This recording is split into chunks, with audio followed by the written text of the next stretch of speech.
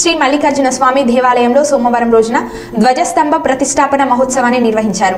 ఎలిగేడు మండలం లాలపల్లి గ్రామంలో మల్లికార్జున స్వామి ఆలయంలో వేద పండితుల మధ్య మంత్రోత్సవాలతో ధ్వజస్తంభ పునర్నిర్మాణం నిర్వహించారు. ఈ సందర్భంగా ఆలయ చైర్మన్ కొప్పర రాజేశ్వరరెడ్డి, మాజీ చైర్మన్ గుర్రం మల్లారెడ్డి మాట్లాడుతూ సోమవారం రోజున పూర్ణాహుతి హోమం ప్రజలు నిర్వహించారు. ధ్వజస్తంభ దాత మరియు నల్ల ఫౌండేషన్ అధ్యక్షులు హాజరై ప్రత్యేక పూజలు నిర్వహించారు.